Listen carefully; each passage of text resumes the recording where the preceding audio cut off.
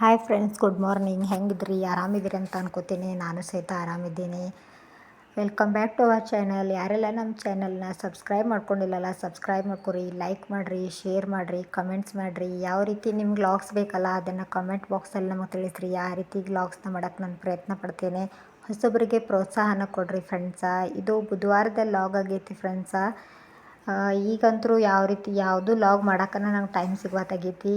ಒಂದು ವೇಳೆ video shoot ಮಾಡಿದ್ರೆ ಅದನ್ನು ಎಡಿಟ್ ಮಾಡೋಕ್ಕಾಗಲಿ, ಥಂಬ್ನೇಲ್ ಹಾಕೋಕ್ಕಾಗಲಿ, ಅಥವಾ ವಾಯ್ಸ್ ಓವರ್ ಕೊಡೋಕ್ಕಾಗಲಿ ಏನಕ್ಕೂ ನಂಗೆ ಟೈಮ್ ಸಿಗುವತ್ತು. ಯಾಕಂದ್ರೆ ಒಂದೊಂದು ದಿನ ಒಂದೊಂದು ಥರ ಇರ್ತೈತೆ ನಮ್ಮ ದಿನಚರಿ. ಯಾಕಂದ್ರೆ ಮಕ್ಕಳೆಲ್ಲ ಸಣ್ಣ ಅದಾವಲ್ಲ, ಹಾಗಾಗಿ ನಿನ್ನೆ ನೈಟ್ ಅಂತೂ ನನ್ನ ಮಗ ಮಲ್ಕೊಲೇ ಇಲ್ಲ. 12 ಗಂಟೆಗೆ ಎದ್ದು ಬೆಳಗಿನ ಜಾವವರೆಗೂ ಸ್ವಲ್ಪ ಕಿರಿಕಿರಿ ಮಾಡೋದು, ಆಟ ಆಡೋದು ಇದೇನೇ ಮಾಡಿದ.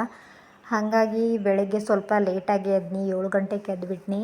ಹಾಗಾಗಿ 7 ಗಂಟೆಗೆ ಎದ್ದ ಮೇಲೆ ಏನೇನು ಕೆಲಸ ಮಾಡೋದು, ಏನು ಲೇಟಾಗಿ ಎದ್ದಾಗಂತೂ ಏನು ಕೆಲಸ ಮಾಡೋದು, ಏನು ಬಿಡೋದು ಏನೂ ಅರ್ಥ ಆಗೋದಿಲ್ಲ. ಸ್ವಲ್ಪ ಬೇಗ ಎದ್ರೆ ಸ್ವಲ್ಪ ಆರಾಮ್ಸೆ ಎಲ್ಲನೂ ಕೆಲಸ ಮಾಡ್ಕೋಬೋದು ಅಂಥೇಳಿ ಮೈಂಡ್ ಸ್ವಲ್ಪ ಆರಾಮ್ ಅನಿಸ್ತೈತಿ. ಲೇಟಾಗಿದ್ದು ಅಂದರೆ ಏನೋ ಒಂಥರ ಗದ್ದಲ ಅನ್ಸೋಕೆ ಶುರುವಾಗ್ಬಿಡ್ತೈತಿ. ಏನು ಮಾಡಬೇಕು ಏನು ಬಿಡಬೇಕು ಅಂಥೇಳಿ. ಇನ್ನು ಬೆಳಗ್ಗೆ ಅಂತೂ ಟೈಮ್ ಅಂತೂ ನೋಡ್ಕ 10 ಆಗಿಬಿಡ್ತೈತಿ. 7 ಗಂಟೆಯಿಂದ ಕೆಲಸ ಶುರು ಮಾಡಿದ್ರೂ 11 ಗಂಟೆವರೆಗೂ ಕೆಲಸ ಅಂತೂ ಏನೂ ಮುಗಿದಿಲ್ಲ.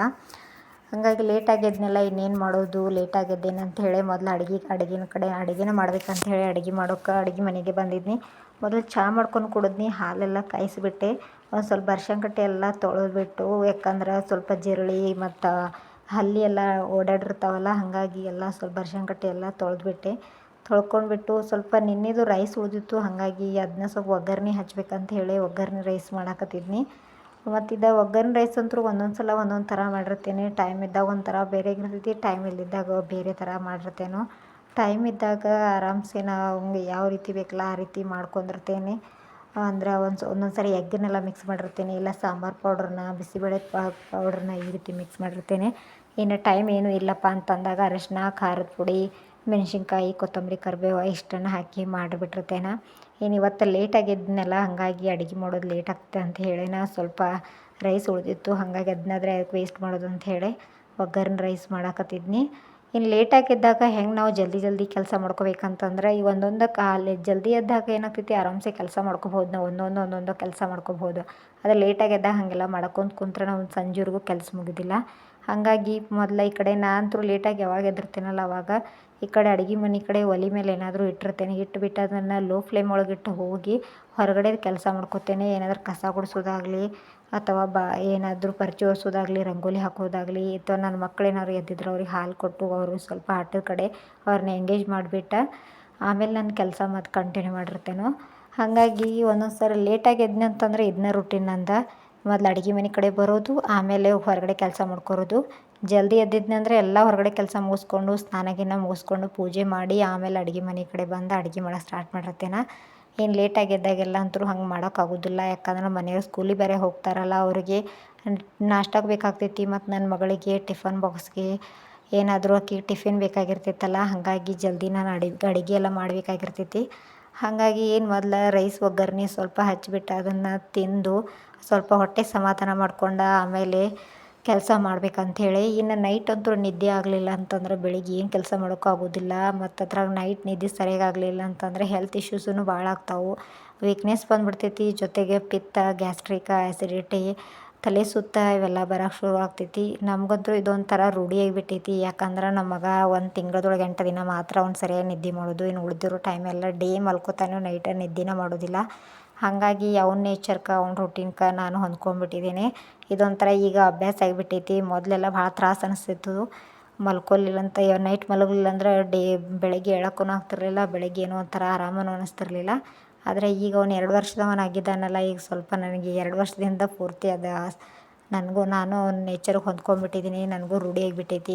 ಈಗ ನೈಟ್ ಮಲ್ಕೊಂಡ್ರೂ ಆಯಿತು, ಬಿಟ್ಟರೆ ಆಯಿತು, ಮಾರನೇ ದಿನ ಎದ್ದ ಬೆಳಗಿನ ಕೆಲಸಗಳೆಲ್ಲ ನಾನು ಮಾಡ್ಕೋತೀನಿ. ಯಾಕಂದ್ರೆ ನಮ್ಮ ಮನೆ ಕೆಲಸ ನಾವೇ ಮಾಡ್ಕೋಬೇಕು. ಯಾರೂ ನಮಗೆ ಹೆಲ್ಪ್ ಮಾಡೋಕ್ಕಂತೂ ಆಗೋದಿಲ್ಲ. ಯಾಕಂದ್ರೆ ಇದು ನಮ್ಮದು ಡೈಲಿ ರೂಟೀನ್ ಅಂತಂದ್ರೆ ನಮ್ಮದು ಅನಿವಾರ್ಯತೆಗಳನ್ನು ನಾವೇ ನೀಗಿಸ್ಕೋಬೇಕಾಗ್ತೈತಿ. ಇನ್ನು ಒಗ್ಗರಣೆ ರೈಸ್ ಮಾಡಿಬಿಟ್ಟು ಈ ಒಂದು ಕಡೆ ಬೇಳೆಯನ್ನು ಸಾಂಬಾರು ಇರಲಿಲ್ಲ. ನಿನ್ನೆ ಸಾಂಬಾರೆಲ್ಲ ಕೆಟ್ಟೋಗಿತ್ತಲ್ಲ, ಹಾಗಾಗಿ ಒಂದು ಕಡೆ ಬೇಳೆನ ಇನ್ನೊಂದು ಕಡೆ ರೈಸ್ನ ಹಚ್ಬಿಟ್ಟು ಹೊರಗಡೆ ಕೆಲಸ ಮಾಡ್ಕೋಬೇಕಂತ ಹೇಳಿ ಅಂದ್ಕೊಂಡಿದ್ದೇನೆ. ನಾನು ಕೆಲಸ ಮಾಡ್ಕೊತಿರ್ತೇನೆ, ಈಗ ರೈಸ್ ಒಗ್ಗರಣೆ ಹಚ್ತಿದ್ದೇನೆ ಅಂದ್ರೆ ಸುಮ್ಮನೆ ರೈಸ್ ಒಗ್ಗರಣೆ ಹಚ್ಕೊತ ಇರೋಂಗಿಲ್ಲ. ನೆಕ್ಸ್ಟ್ ಏನು ಮಾಡಬೇಕು ಅಂತ ಹೇಳಿ ಥಿಂಕ್ ಮಾಡ್ಕೊತಾನೆ ಈ ಕೆಲಸ ಮಾಡ್ತಿರ್ತೀನಿ. ಹಂಗೆ ಮಾಡಿದಾಗ ಅಷ್ಟೇ ನಮ್ಮ ಕೆಲಸ ಜಲ್ದಿ ಆಗಕ್ಕೆ ಸಾಧ್ಯ, ಇಲ್ಲಾಂದ್ರೆ ಜಲ್ದಿ ಆಗೋದಿಲ್ಲ. ಇನ್ನು ಇಲ್ಲಿ ಅಡುಗೆ ಮನೆ ಒಳಗೆ ಫ್ರಿಜ್ ಇತ್ತು ಮೊದಲು, ಈಗ ಫ್ರಿಜ್ಜನ್ನ ತೆಗ್ದು ಬೇರೆ ರೂಮ್ ಒಳಗೆ ಇಟ್ಟಿದ್ದೀವಿ. ಇಲ್ಲಿ ವಾಷಿಂಗ್ ಮಿಷಿನ್ ಹಾಕಿದ್ದೀವಿ. ಈಗ ಹಾಗಾಗಿ ನನಗೆ ಏನಾದರೂ ಬೇಕು ಬೇಡ, ಕೊತ್ತಂಬರಿ, ಕರಿಬೇವು, ಟೊಮೆಟೊ, ಮೆಣಸಿನ್ಕಾಯಿ ಏನೋ ಬೇಕಂದ್ರೆ ನಾನು ಅಲ್ಲೇ ಹೋಗ್ಬೇಕಾಗ್ತೈತಿ. ಹಾಗಾಗಿ ಇಲ್ಲೇ ಮನೆ ಬೇರೆ ದೊಡ್ಡದಾಗೈತಿ, ಓಡಾಡೋದ್ರಾಗ ನಮ್ಮದು ಕೆಲಸ ಅರ್ಧಂಬರ್ಧ ಇಲ್ಲೇ ಟೈಮ್ ವೇಸ್ಟ್ ಆಗಿಬಿಡ್ತೈತಿ.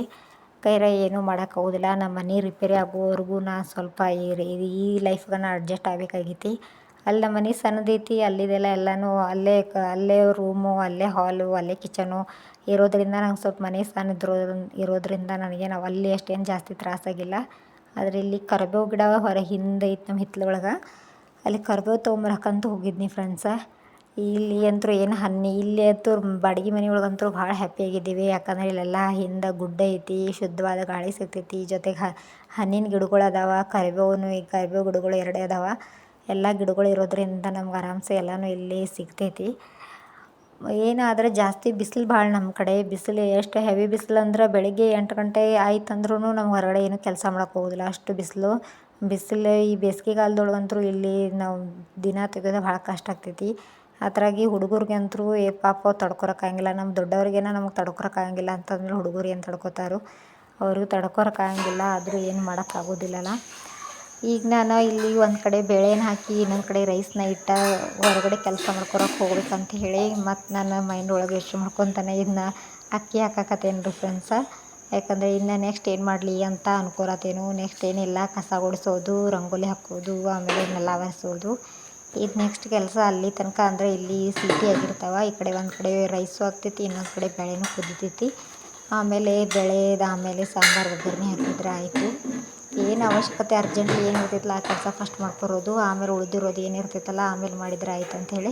ಈಗೇನು ರೈಸ್ ಒಗ್ಗರಣೆ ಹಚ್ಚಿದ್ದಾಗೈತಿ, ನಾಷ್ಟ ಅಂತೂ ರೆಡಿ ಐತಿ, ಇನ್ನೇನಿಲ್ಲ. ಜಳಕ ಮುಗಿಸೋದು, ಫಸ್ಟ್ ಚಹಾ ನಾಷ್ಟ ಮಾಡ್ಕೊಂಡ್ವಿ ಅಂದ್ರೆ ಆರಾಮ್ಸೆ ಆಮೇಲೆ ಅಡುಗೆ ಮಾಡ್ಕೋಬಹುದು. ಏನು ಆರಾಮ್ಸೆ ಅಂತಂದ್ರೂ ಏನು ಭಾಳ ಆರಾಮ್ಸೆ ಮಾಡ್ಕೊಳಕ್ಕಾಗೋದಿಲ್ಲ. ಯಾಕಂದ್ರೆ ನನ್ನ ಮಗನ ಸ್ಕೂಲಿಗೆ ಹೋಗಿ ಅವ್ನು ಬರೋ ಅಷ್ಟರೊಳಗಂದ್ರೆ ಎಲ್ಲ ಕೆಲಸನ ಮುಗಿಸ್ಕೋಬೇಕಾಗ್ತೈತಿ.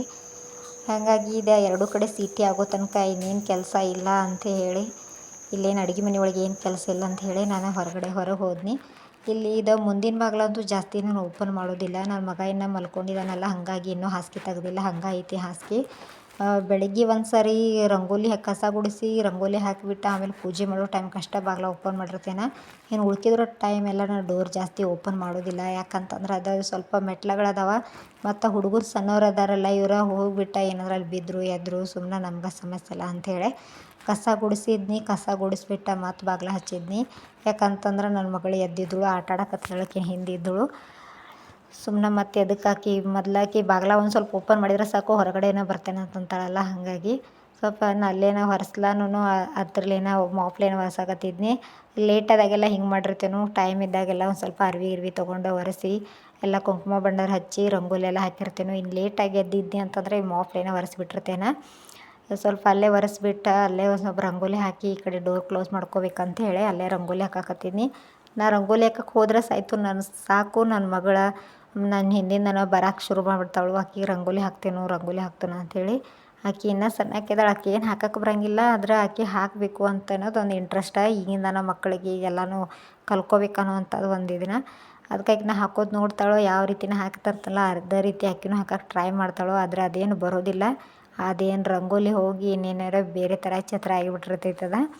ಅದಕ್ಕೆ ಹಾಕ್ತೇನೆ ಅಂತೇಳಿ ಅನ್ನಕತ್ತಾಳು. ನಾ ಬೇಡ ಅಂತೇಳಿ ಇದನ್ನು ಮಾಡತ್ತೀನೋ.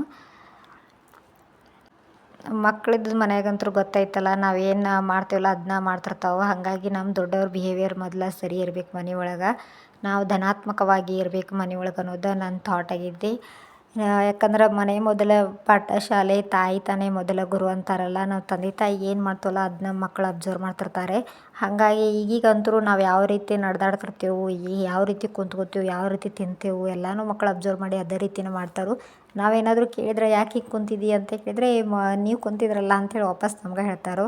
ಅಂದರೆ ಈಗೆಲ್ಲ ಕಂಪ್ಯೂಟರ್ ಯುಗ ಇರೋದ್ರಿಂದ ಎಲ್ಲ ಫಾಸ್ಟನ. ಅಂದರೆ ಯಾವುದಕ್ಕೂ ಏನೂ ಇಲ್ಲ, ಜಲ್ದಿನೇ ಕಲ್ತ್ಕೊಂಡ್ಬಿಡ್ತಾರೆ ಈಗಿನ ಮಕ್ಕಳು.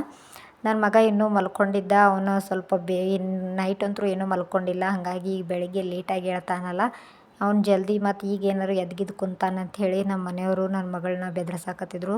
ಸೌಂಡ್ ಮಾಡಬೇಡ ತಮ್ಮ ಹೇಳ್ತಾನಂತ ಹೇಳಿ. ಆಕಿನ ನನ್ನ ಹಿಂದಿಂದ ರಂಗೋಲಿ ಹಾಕಕ್ಕಂಥೇಳಿ ಅಡ್ಡಾಡಕತ್ತಿದ್ರು. ಅವ್ರ ಪಪ್ಪ ಆಕಿನ ಬೆದರ್ಸಾಕತ್ತಾರ ನೋಡ್ರಿ. ಏನಿಲ್ಲ, ಇನ್ನು ಸ್ವಲ್ಪ ನೆಲ ಒರೆಸ್ಕೊಂಡು ಸ್ನಾನ ಅಷ್ಟು ಮಾಡಿಬಿಟ್ರೆ ಆಯಿತು. ಅಷ್ಟ್ರೊಳಗೆ ನಂದು ಈ ಸೀಟಿ ಅಂತೂ ಆಗೈತಿ. ಕುಕ್ಕರ್ ಬಂದ್ ಮಾಡಿದ್ನಿ ಫ್ರೆಂಡ್ಸ. 3 ಸೀಟಿ ಆಗೈತಿ. ಸ್ನಾನ ಮುಗಿಸ್ಕೊಂಡು ಬಂದು ಮೊದಲು ಪೂಜೆ ಮಾಡ್ಬೇಕಂಥೇಳಿ ಮೊದಲು ತಲೆಗಿಲೆ ಬಾಚ್ಕೊಂಡು ಸ್ವಲ್ಪ ಫ್ರೆಶ್ ಅಪ್ ಆಗಿಬಿಟ್ಟು ಮೊದಲು ಪೂಜೆ ಮಾಡಕತ್ತೀನ. ಈಗೀಗ ಏನಾಗಿಬಿಟ್ಟೈತೆ ಅಂತಂದ್ರೆ ನಮಗೆ ನಾವು ಟೈಮ್ ಕೊಡೋಕೆ ನಂಗೆ ಟೈಮ್ ಸಿಗುವತ್ತಾಗೈತಿ. ಮೊದಲೆಲ್ಲ ಹಂಗಿರಲಿಲ್ಲ. ಮದ್ವೆಕ್ಕಿಂತ ಮುಂಚೆ ಎಲ್ಲ ನಮ್ಮನ್ನು ನಾವು ಭಾಳ ಜಾಸ್ತಿ ಕೇರ್ ಮಾಡ್ಕೋತಿದ್ವಿ. ನಮ್ಮನ್ನು ನಾವು ಭಾಳಷ್ಟು ಇದನ್ನು ಮಾಡ್ತಿದ್ವಿ. ಆದರೆ ಈ ಗೃಹಿಣಿ ಆದಮೇಲೆ ಜಾಸ್ತಿ ನಾವು ಮನೆ ಬಗ್ಗೆ ಕೇರ್ ಮಾಡೋದು, ಮಕ್ಕಳ ಬಗ್ಗೆ ಕೇರ್ ಮಾಡೋದೇ ಆಗ್ತೈತಿ. ಈಗೀಗ ಆಗ್ತೈತಿ. ಪೂಜೆ ಎಲ್ಲ ಮುಗೀತು. ಪೂಜೆ ಇನ್ನೇನು ಮುಗೀತು, ಇನ್ನೇನು ಮಾಡಬೇಕು. ಸಾಂಬಾರು ಅಂತೂ ಒಗ್ಗರಣೆ ಹಚ್ಚಬೇಕಾಗೈತಿ. ರೈಸ್ ಅಂತೂ ಆಗೈತಿ. ಒಂದು ಕಡೆ ಸಾಂಬಾರು ಒಗ್ಗರಣೆ ಹಚ್ಚಿ ಇನ್ನೊಂದು ಕಡೆ ಕಾಯಿಪಲ್ಯಗೆ ಬದ್ನೆಕಾಯಿ ಮತ್ತು ಬಟಾಟಿನ ಮಿಕ್ಸ್ ಮಾಡಿ ಭಾಜಿ ಮಾಡತ್ತಿದ್ನಿ.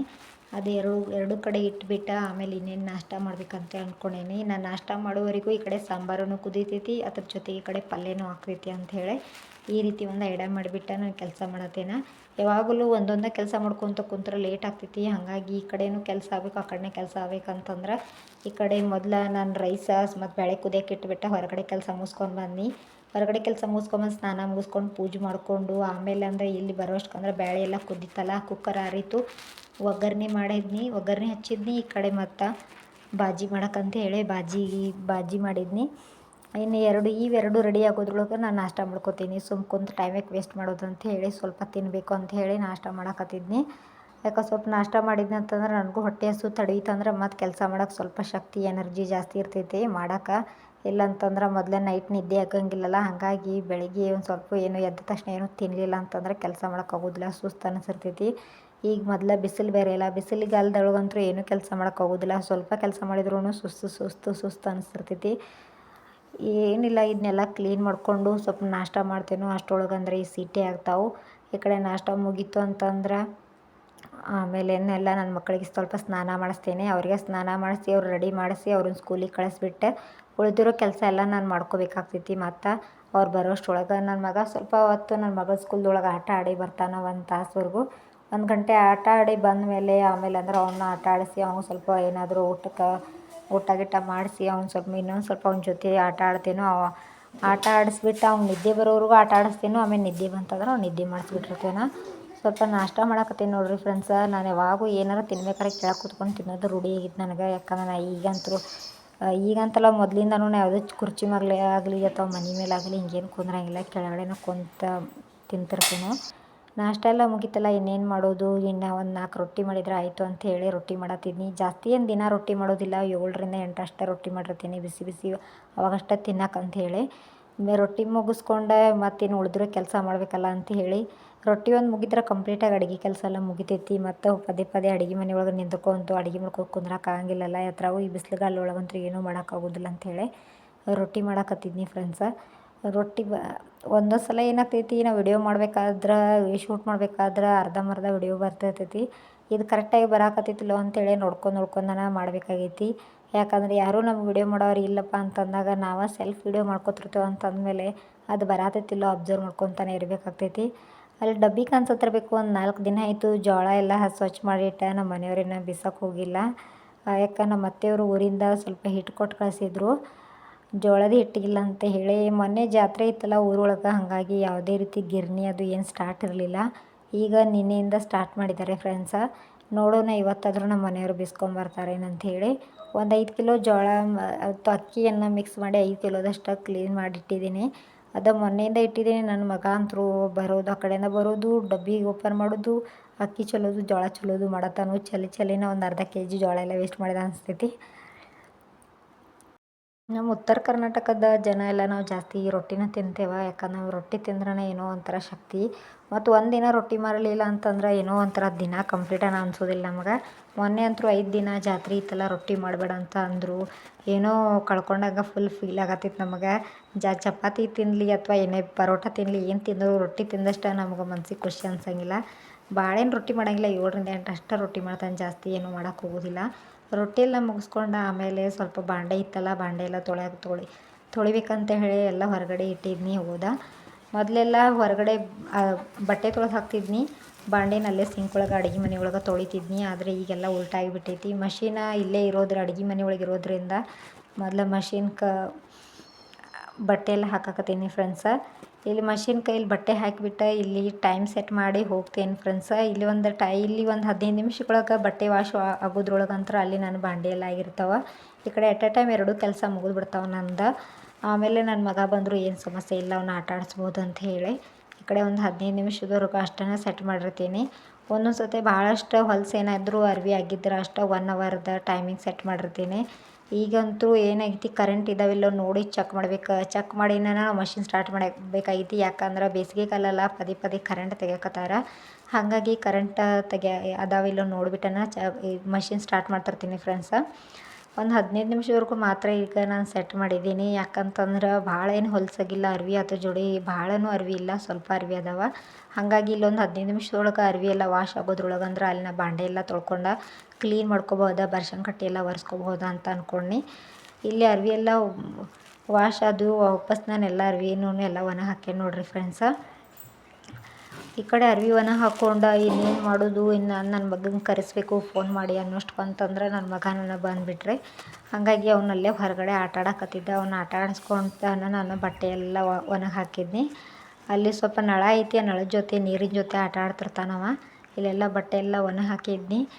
ಅದ್ರ ಜೊತೆಗೆ ಇಲ್ಲಿ ಒಳಗಡೆ ಬಂದ ಇನ್ನೂ ಸ್ವಲ್ಪ ಆಟ ಆಡತ್ತಿದ್ಲ. ಇನ್ನೇನು ಮಾಡೋದು ಅಂತ ಹೇಳಿ ಇಲ್ಲಿ ಬರ್ಶನ್ ಕಟ್ಟಿ ಸ್ವಲ್ಪ ಒರೆಸೋದಿತ್ತಲ್ಲ, ಅದನ್ನೆಲ್ಲ ಕ್ಲೀನ್ ಮಾಡ್ಕೊಂಡು ಈ ಮೊನ್ನೆ ಮನೆ ಕ್ಲೀನ್ ಮಾಡಿದ್ದೀನಿ. ಆದರೂ ಸಹಿತ ಜಿರಳೆಗಳು ಜಾಸ್ತಿನೂ ಅದಾವೆ. ಈ ಜಿರಳೆಗಳು ಏನು ಮಾಡಬೇಕು ಗೊತ್ತಾವತ್ತು, ಏನು ಔಷಧ ಹಾಕಬೇಕು ಗೊತ್ತಾವತ್ತು. ಎಲ್ಲ ಇಷ್ಟು ಮನೆ ಕ್ಲೀನ್ ಇದ್ರೂ ಜಿರಳೆಗಳು ಬರಾಕತ್ತಾವ ಅಂತಂದ್ರೆ ಏನೂ ಅರ್ಥನೇ ಆಗೋತು, ಯಾಕೆ ಬರಾಕತ್ತಾವ ಅಂತೇಳಿ. ಏನು ಬೇಸಿಗೆ ಕಾಲದೊಳಗೆ ಜಿರಳೆ ಜಾಸ್ತಿ ಆಗ್ತಾವ ಅಥವಾ ಏನೂ ಗೊತ್ತಿಲ್ಲ ನನಗೆ. ಆದರೆ ಈಗಂತೂ ಏನೋ ಭಾಳ ಬೇಜಾರಾಗ್ಬಿಟ್ಟೈತಿ. ಕಿಚನ್ ತುಂಬ ಎಲ್ಲ ಜಿರಳೆಗಳು ನೋಡಿ ಸಾಕಾಗೈತಿ. ಎಷ್ಟು ಕ್ಲೀನ್ ಮಾಡ್ಕೊತಾನೆ ಮೇಲಿನ ಮೇಲೆ ಕ್ಲೀನ್ ಮಾಡ್ಕೊತಿದ್ರೂ ಸಹಿತ ಜಿರಳೆಗಳಂತೂ ಹೋಗಾಕತ್ತಿಲ್ಲ ನೋಡಿರಿ. ಫೈನಲಿ ಮನೆ ಮುಂಜಾನೆಯಿಂದ ಎಷ್ಟು ಹೊಲಸಾಗಿತ್ತು, ಲಾಸ್ಟ್ ಈಗ 11 ಗಂಟೆಗೆ ಇಷ್ಟು ಕ್ಲೀನ್ ಆಯಿತು. ಎಲ್ಲ ಪರ್ಚಿಗಿರಿಸಿ ಎಲ್ಲ ಮನೆಯದೆಲ್ಲ ಒರೆಸಿ